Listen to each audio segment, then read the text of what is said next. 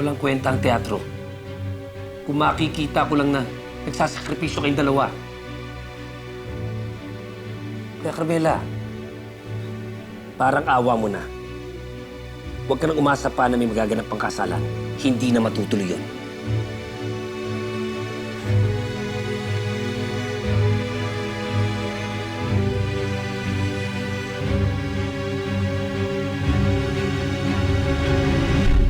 Julio, nakipagkasundo na tayo. Handa ka bang putulin ang pakikipagkaibigan natin sa kanila? Iyan rin ho ang ipinayo ko sa ate. Husto na, Adelina. Huwag mo nang ipilit pa sa akin si Hiroshi. Basta't buo na ang aking pasya. Wala akong kasalang magaganap pa dito. Baliwala na lang sa'yo ang palabra de honor? Ang pakikipagkaibigan ng dalawang pamilya na masisira? Palagay mo ba tutulutan ko ito? Carmela, uunahin ba talaga natin ang ating kahihiyan? Ang ibang tao? Kaysa sa kaligayahan ng aking mga anak? Wala akong pakialam sa bastarda mo! Dagpas na ako! Kaya tapos na ang usapang to! Walang magaganap na kasalan.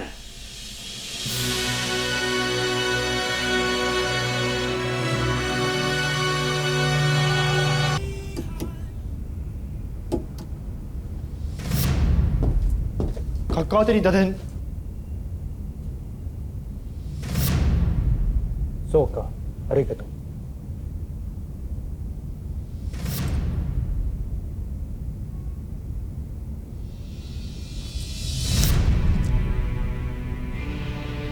Nandito na si Rao.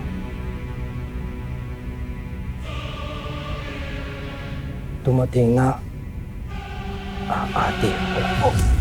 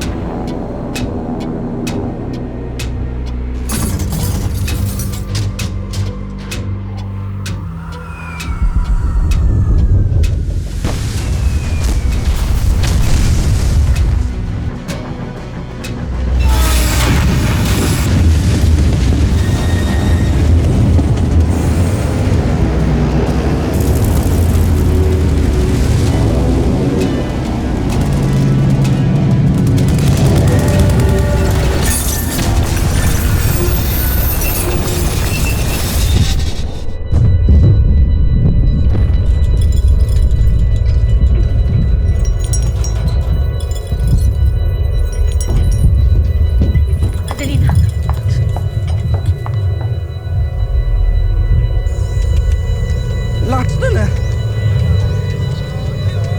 Saan galing yun?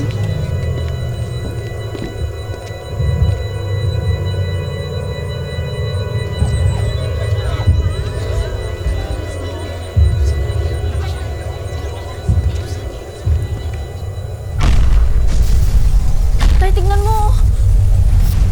Saan galing yung usok na yun? Diyos ko, ano nangyayari? Panginoon ko, tunay atang dumating na ang digmaan dito sa ating bayan. Akala nyo ba ang kapangyarihan ay nasa inyo? Sino ba kayo?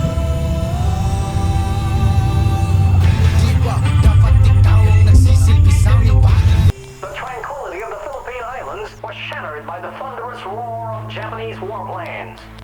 In a surprise attack of unprecedented scale, Japanese forces launched coordinated strikes on key military installations across the region.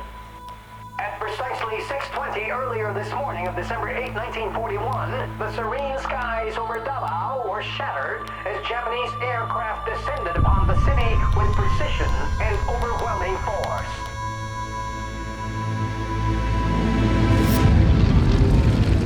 The suddenness of the attack caught residents, military personnel, and airport staff off guard, plunging the once tranquil city into a state of chaos and bewilderment. By 8:30 a.m., Baguio, Taguigurao, and Tarlac came under attack as Japanese forces launched a coordinated assault.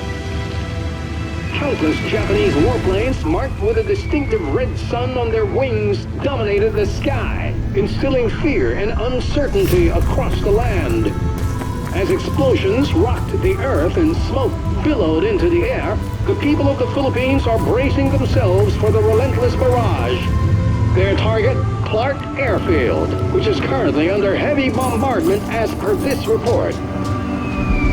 The devastation is immense, with initial reports flooding in of widespread destruction and staggering loss of life. The American troops, led by General Douglas MacArthur and his forces in the United States Armed Forces in the Far East, find themselves outmaneuvered and deceived by the cunning tactics of the Japanese forces. These hard-hit military installations now rendered useless. Their defenses utterly overwhelmed by the relentless ferocity of the attack. These unprovoked, ruthless attacks have caused widespread devastation and profound suffering. The relentless barrage of airstrikes has left scars upon once thriving communities, shattering homes and livelihood without remorse. Such wanton destruction serves as a grim reminder of the brutality of war and the callous disregard for human suffering exhibited by these Japanese aggressors. Hiroshi, これはまずいな. Siguradong tayo rin yung magsisisi sa mga nangyayaring ito. Akala nyo ba ang kapangyarihan ay nasa inyo? Sino ba kayo? Napakasama mo, Tio. Alam ko na kung anong ginawa mo sa bahay ng mga Tanaka. Ikaw, kasama ng iyong mga kaibigan, nilooban niyo sila, ninakawan! Mas mabuti na lamang ho siguro kung si Adelina na lamang humarap kay Hiroshi. And what made you say that you get to have the last say? Kahit na si Adelina at Hiroshi ang tunay na nagmamahalan, Manahimik kayo! Nagkakagera na nga sa labas. Pati ba naman dito sa loob ng aking tahanan? May digmaan din? Oreo, Kizutsuke mo ka. Koroso ka. Oh, Nodomoy, bakit batid mong malalagay sa panganib ang bayan ng iyong Hiroshi? Dahil ba sa sinasabi mong mga kaibigan ng iyong ama? O baka dahil mismo kay Mr. Tanaka? Pinagkakanulo mo ba ang mga taong mahalaga sa iyo? Hiroshi, ano nga ba ang totoo? Isa ka ba talagang kaibigan mula sa pamilya ng aming mga kaaway?